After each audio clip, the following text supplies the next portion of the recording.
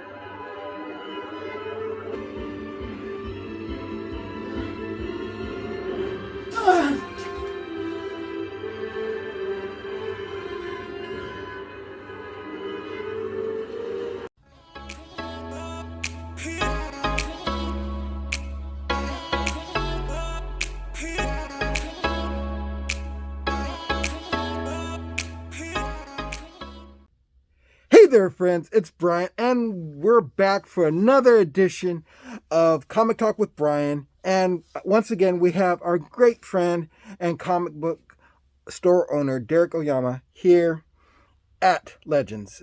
So let's get right to it. Hey, Darrick, how you doing? Good, good. I'm excited.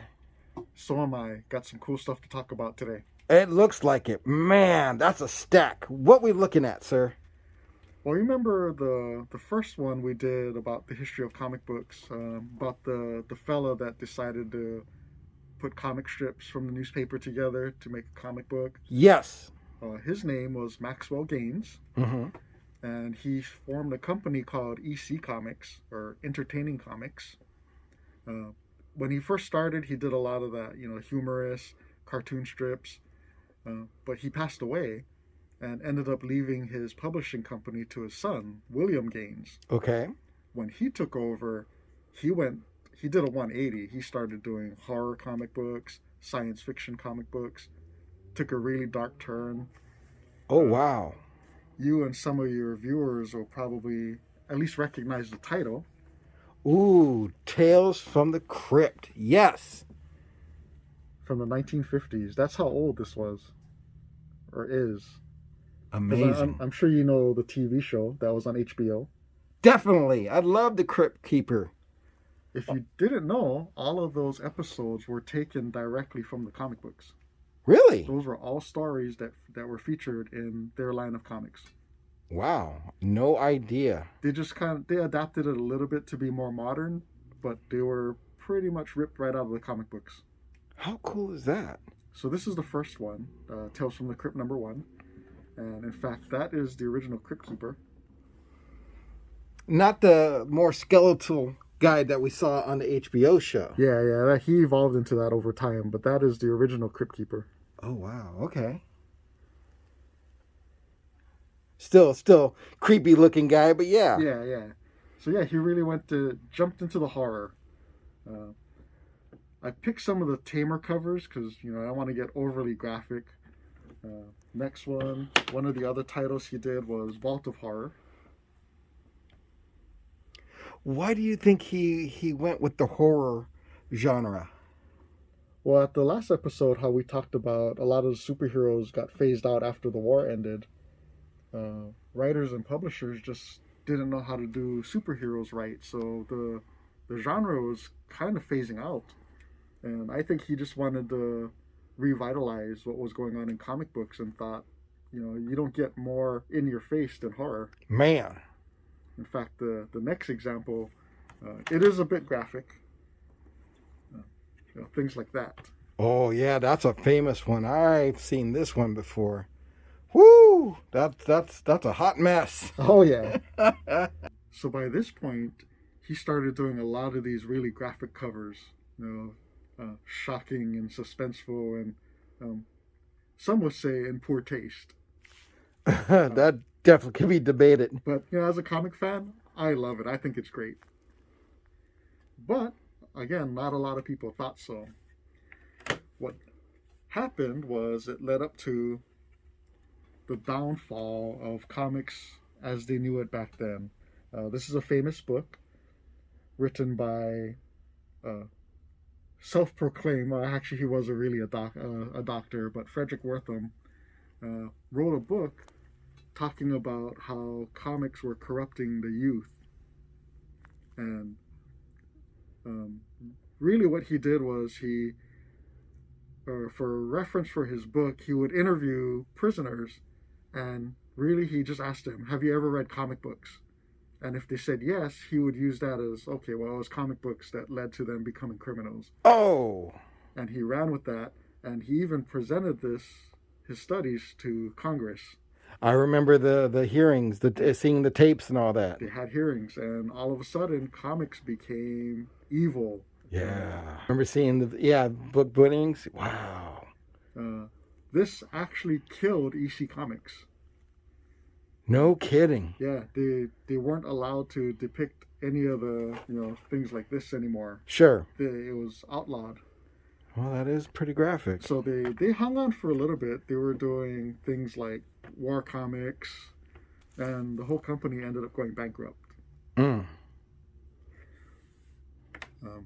One that they did try that actually did work out, but didn't stay very long. I don't know if you... Oh my goodness, are you kidding me? Yes, I know this one. Oh, I loved Magma Magazine. Oh my goodness. But what a lot of people don't know is that it was originated by EC Comics. Oh snap. Yep. I remember seeing that little logo, but I never thought about that. Bill Gaines created Mad, which became what we now know as Mad Magazine. Yes, which went out of business a few years ago, correct? They're still publishing them under the DC banner, but it's mostly reprints now. They're just reprinting a lot of the old content. Yeah, okay. Wow. So, yeah, but like I said, eventually EC Comics went out, and then Mad Magazine became its own thing. Okay. But this was its origin. And this is one of the things they tried to do to save the company. Since right. They couldn't do horror anymore. So they made the decision to go and do more satire. Yeah. Okay. But, not a bad move, though. But it was too little too late, unfortunately. Mm. So yeah, EC went by the wayside. So with them gone and superheroes basically on the shelves, we just got a hodgepodge of all kinds of other stuff. Archie, who had been out for a while now, just started gaining more popularity because there really wasn't much else to read at the time. This is Archie #1. People don't really think about it, but this is a very scarce book. Well, yeah, I mean, you think of Archie, and you think, the 40s, 50s, into the 60s.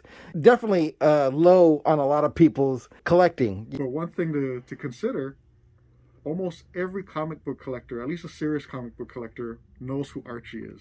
Whether they've read it or not, they know who he is and what it is. So besides Archie and the funny books...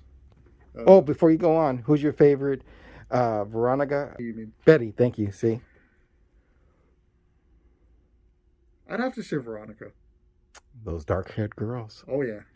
And she got the money. But Betty had a better personality. Hey, there you go.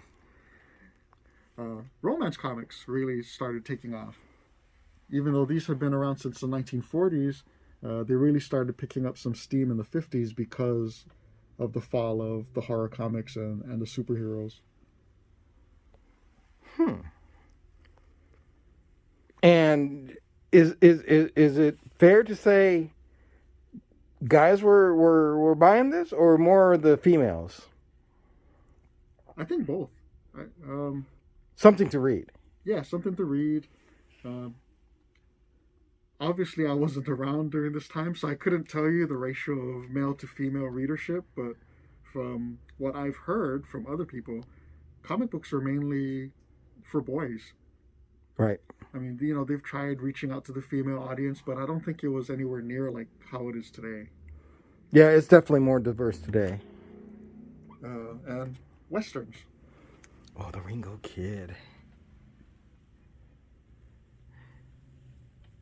One other interesting tidbit that some people may not know, Zoom in on the publisher name up on the top. Atlas. You know anything about Atlas Comics? Atlas. I'm going to say no. Okay, you remember the Human Torch, Submariner, Captain America was under the publisher Timely Comics. Correct. Well, after the superhero era kind of came to an end, they changed their name, and Timely Comics became Atlas Comics. Oh, So okay. there's a good amount of people that don't realize that. I would be one of them. So this is technically under the Marvel banner, but pre-Marvel. It's called Atlas Comics. Huh. But comics still weren't selling like they used to sell before. You know, with the romance, the westerns. So what the industry as a whole did, and kind of zoom in on the top corner. Oh, I know this book. It led to the creation of the Comics Code Authority.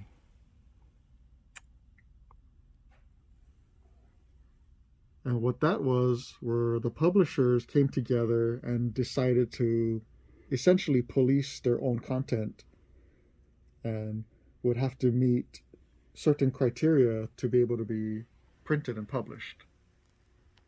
Which is why all the comics going forward had to have that seal.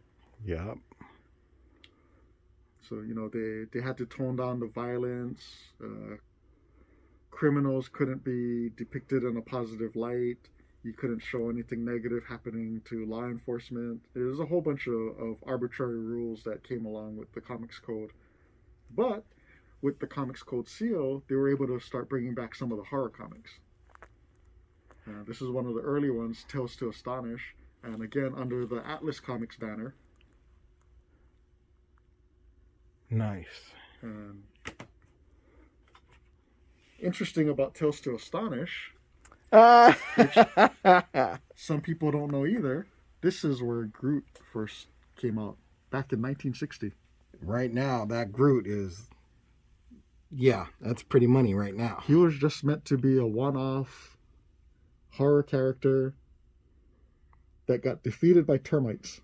I don't know if you ever heard about that. No. Oh, I never had a chance to read it. During the Atlas era, there were no superheroes. They didn't exist, so they didn't have superheroes to come save the day. So termites saved the day. Termites saved the day to stop Groot. Finally good for something. Yeah. Then another title that you'll recognize right off the bat. Oh, yes. Tales of Suspense. Again, another Atlas book. Again with the Comics Code seal.